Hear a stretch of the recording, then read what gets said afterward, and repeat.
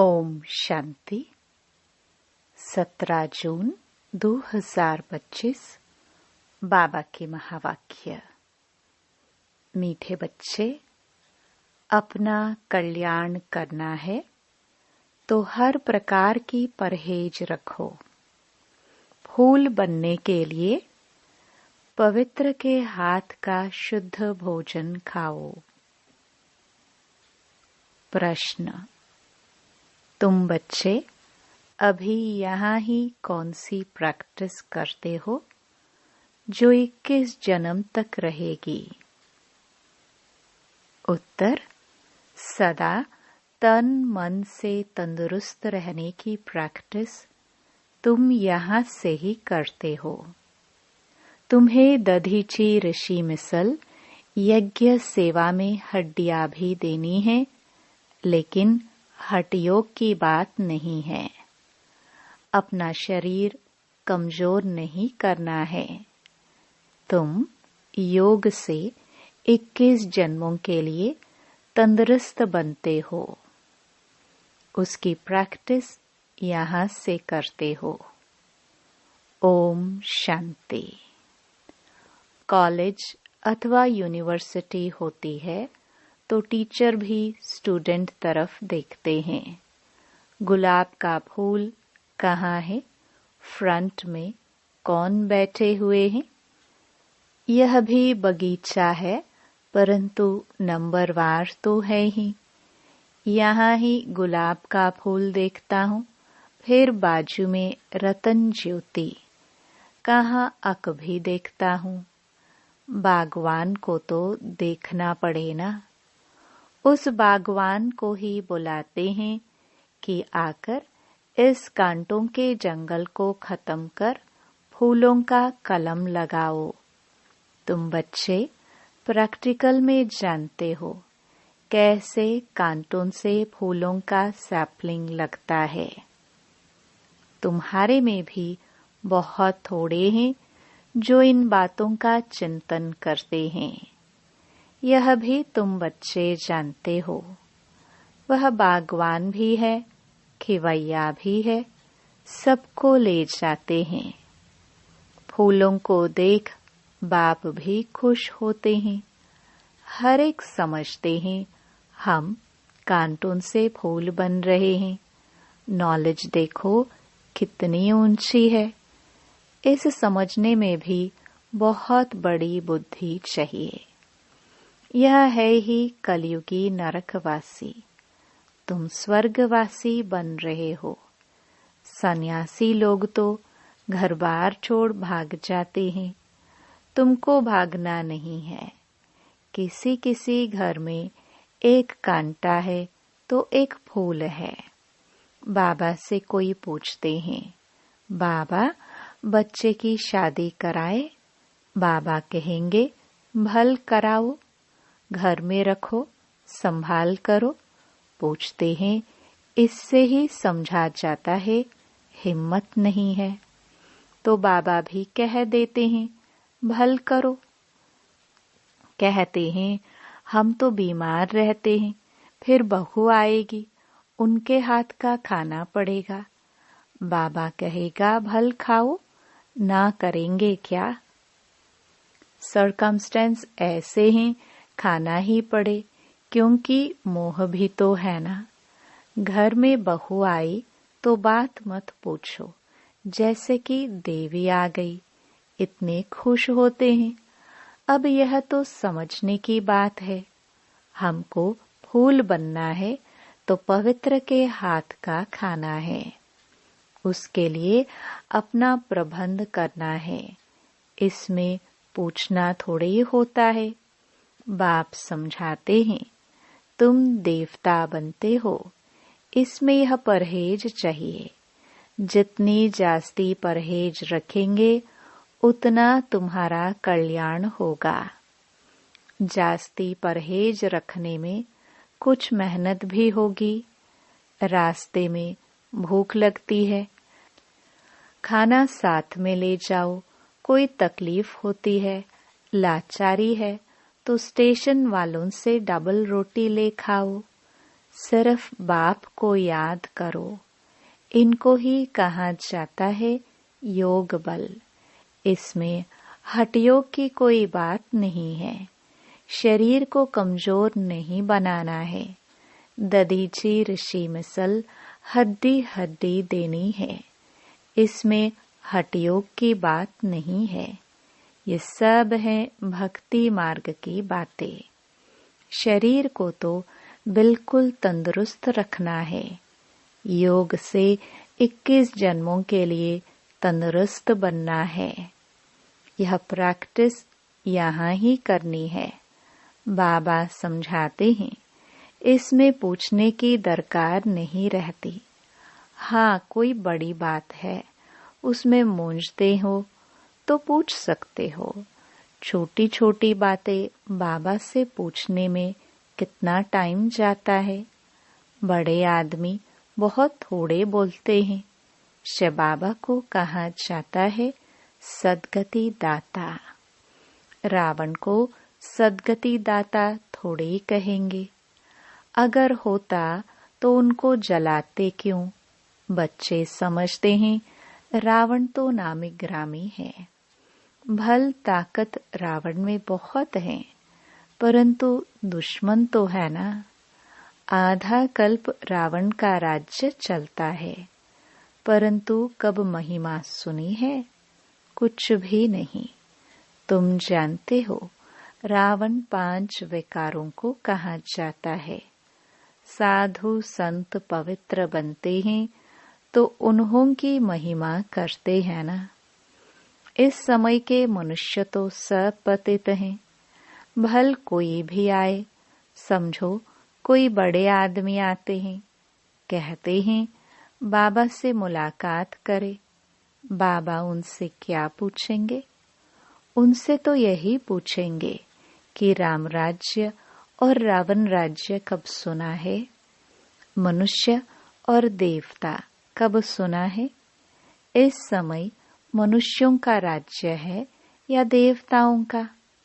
मनुष्य कौन, देवता कौन? देवता किस राज्य में थे?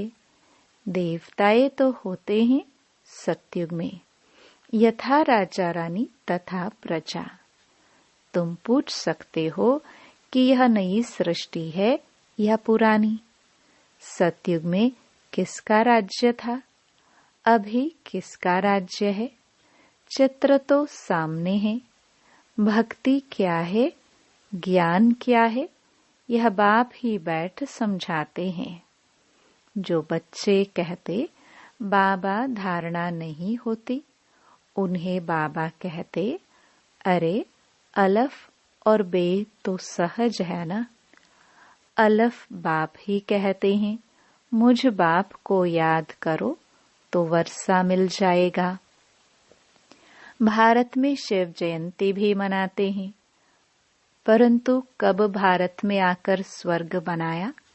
भारत स्वर्ग था यह नहीं जानते हैं, भूल गए हैं।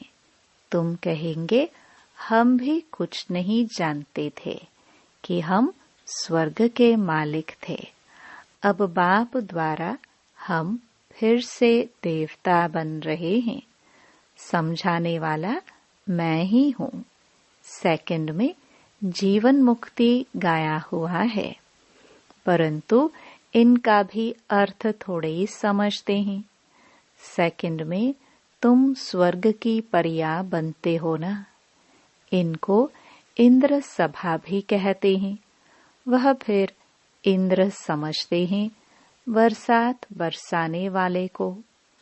अब बरसात बरसाने वाले कोई सभा लगती है क्या? इंद्र लठ, इंद्र सभा क्या क्या सुनाते हैं। आज फिर से यह पुरुषार्थ कर रहे हैं।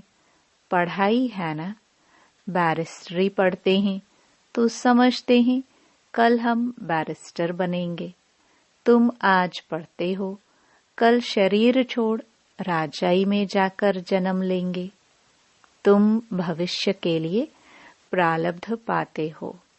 यहाँ से पढ़कर जाएंगे, फिर हमारा जन्म सतयुग में होगा। एम ऑब्जेक्ट ही है प्रिंस प्रिंसेस बनने की। राजयोग है ना।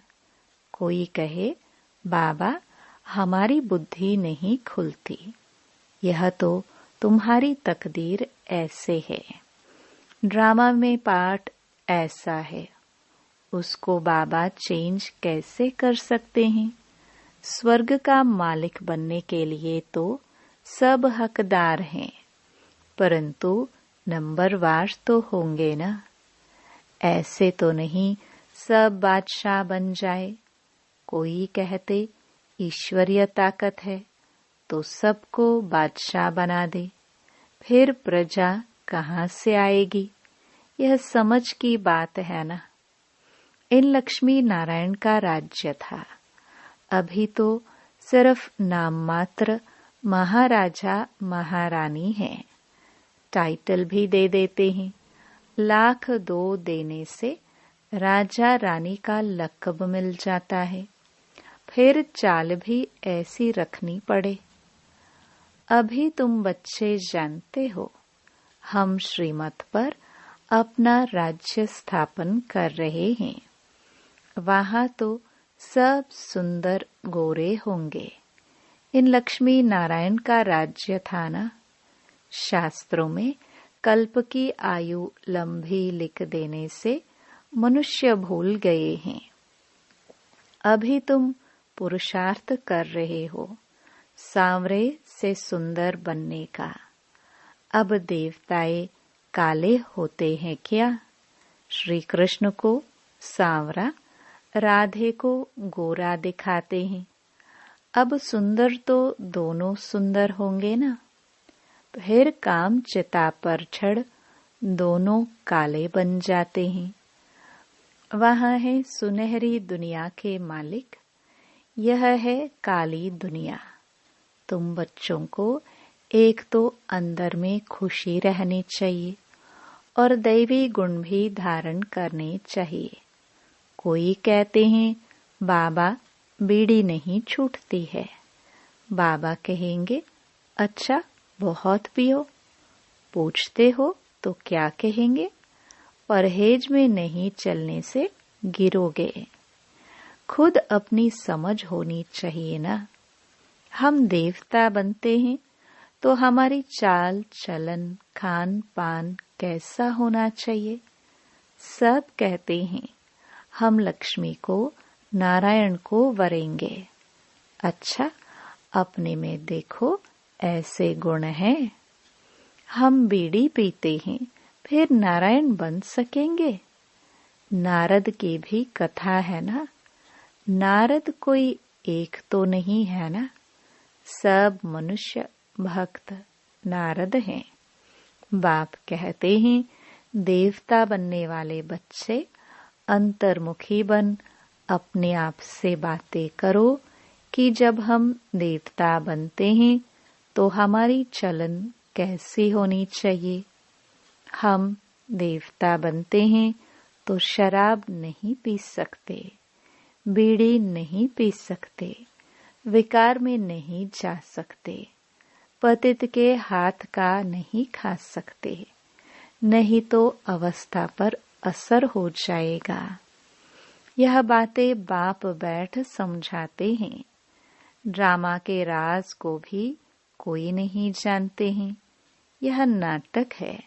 सब पाठधारी हैं। हम आत्माएं ऊपर से आती हैं। पाठ तो सारी दुनिया के एक्टर्स को बजाना है। सबका अपना अपना पाठ है। कितने पाठधारी हैं, कैसे पाठ बजाते हैं, यह वैरायटी धर्मों का झाड़ है। एक आम के झाड़ को वैरायटी झाड़ नहीं कहेंगे। उसमें तो आम ही होगा। यह मनुष्य सृष्टि का झाड़ तो है, परंतु इनका नाम है वैरायटी धर्मों का झाड़। बीज एक ही हैं। मनुष्यों की वैरायटी देखो कितनी है। कोई कैसे कोई कैसे। यह बाप बैठ समझाते हैं। मनुष्य तो कुछ नहीं जानते। मनुष्यों को बाप ही पारस बुद्धि बनाते हैं। तुम बच्चे जानते हो, इस पुरानी दुनिया में बाकी थोड़े रोज हैं। कल्प पहले मुआफिक सैपलिंग लगती रहती हैं। अच्छी प्रजा साधारण प्रजा का भी सैपलिंग लगता है। यहाँ ही राजधानी स्थापन हो रही है। बच्चों को हर एक बात में बुद्धि चलानी होती है। ऐसे नहीं मुरली सुनी न सुनी। यहाँ बैठे भी बुद्धि बाहर भागती रहती है। ऐसे भी हैं, कोई तो सम्मुख मुरली सुनकर बहुत गदगद होते हैं, मुरली के लिए भागते हैं। भगवान पढ़ाते हैं तो ऐसी पढ़ाई छोड़नी थोड़ी चाहिए। टेप में एक्यूरेट भरता है, सुनना चाहिए। साहूकार लोग खरीद करेंगे तो गरीब सुनेंगे। कितनों का कल्याण हो जाएगा। गरीब बच्चे भी अपना भाग्य बहुत ऊंचा बना सकते हैं। बाबा बच्चों के लिए मकान बनवाते हैं। गरीब 2 रुपया भी मनी ऑर्डर कर देते हैं। बाबा इसकी 1 ईंट मकान में लगा देना, 1 रुपया यज्ञ में डाल देना। फिर कोई तो हुंडी भरने वाला भी होगा ना। मनुष्य हॉस्पिटल आदि बनाते हैं, कितना खर्चा लगता है। साहूकार लोग सरकार को बहुत मदद करते हैं। उनको क्या मिलता है? अल्पकाल का सुख। यहाँ तो तुम जो करते हो 21 जन्मों के लिए। देखते हो बाबा ने सब कुछ दिया। विश्व का मालिक पहला नंबर बना। 21 जन्मों के लिए ऐसा सौदा कौन नहीं करेगा। भोलानाथ तब तो कहते हैं ना, अभी की ही बात है। कितना भोला है। कहते हैं जो कुछ करना है कर दो। कितनी गरीब बच्चियां हैं, सिलाई कर पेट पालती हैं। बाबा जानते हैं यह तो बहुत ऊंच पद पाने वाली है। सुदामा का भी मिसाल है ना। चावल मुट्ठी के बदले 21 जन्मों के लिए महल मिले। तुम यह बातें नंबरवार पुरुषार्थ अनुसार जानते हो। बाप कहते हैं मैं भोलानाथ भी हूं ना। यह दादा तो भोलानाथ नहीं है। यह भी कहते हैं भोलानाथ शिव बाबा है। इसलिए उनको सौदागर, रत्नागर, जादूगर कहा जाता है। तुम विश्व का मालिक बनते हो। यहाँ भारत कंगाल है, प्रजा साहूकार है, गवर्नमेंट गरीब है। अभी तुम समझते हो भारत कितना ऊंच था, स्वर्ग था। उसकी निशानियां भी हैं। सोमनाथ का मंदिर कितना हीरे जौहरों से सजा हुआ था। जो ऊंट भरकर हीरे जवाहर ले गए। तुम बच्चे जानते हो अभी यह दुनिया बदलनी जरूर है। उसके लिए तुम तैयारियां कर रहे हो। जो करेगा सो पाएगा। माया का अपोजिशन बहुत होता है। तुम हो ईश्वर के मुरीद, बाकी सब हैं रावण के मुरीद। तुम हो शिव बाबा के। शिव बाबा तुमको वर्षा देते हैं। सिवाय बाप के और कोई बात बुद्धि में नहीं आनी चाहिए। अच्छा, मीठे मीठे सिखिलदे बच्चों प्रति मात पिता बाप दादा का याद प्यार और गुड मॉर्निंग। रूहानी बाप की रूहानी बच्चों को नमस्ते। धारणा के लिए मुख्य सार। पहला, अंतर्मुखी बन अपने आप से बातें करनी है। जबकि हम देवता बनते हैं तो हमारी चलन कैसी है?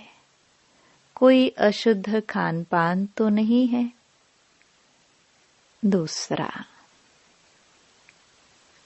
अपना भविष्य 21 जन्मों के लिए ऊंचा बनाना है तो सुदामे मिसल जो कुछ है भोलानाथ बाप के हवाले कर दो। पढ़ाई के लिए कोई भी बहाना ना दो।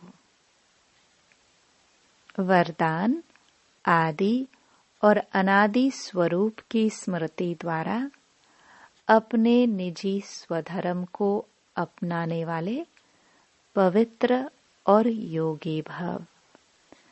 ब्राह्मणों का निजी स्वधर्म पवित्रता है, अपवित्रता परधर्म है।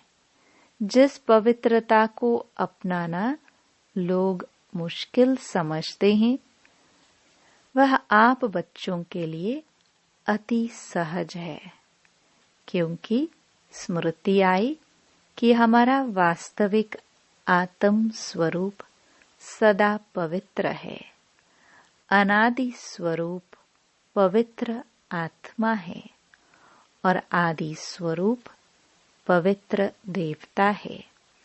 अभी का अंतिम जन्म भी पवित्र ब्राह्मण जीवन है। इसलिए पवित्रता ही ब्राह्मण जीवन की पर्सनालिटी है। जो पवित्र है वही योगी है। स्लोगन, सहज योगी कहकर अलबेलापन नहीं लाओ, शक्ति रूप बनो। अव्यक्त इशारे, आत्मिक स्थिति में रहने का अभ्यास करो, अंतर्मुखी बनो। कहा जाता अंतर्मुखी सदा सुखी। उन्हें कोई बाहर की आकर्षण आकर्षित नहीं कर सकती। कभी मनमत कभी परमत आकर्षित नहीं कर सकती। अंतर्मुखी सदा सुखी रहने वाले सुखदाता के बच्चे मास्टर सुखदाता होंगे, बाहर मुक्ता से मुक्त होंगे। ओम शांति।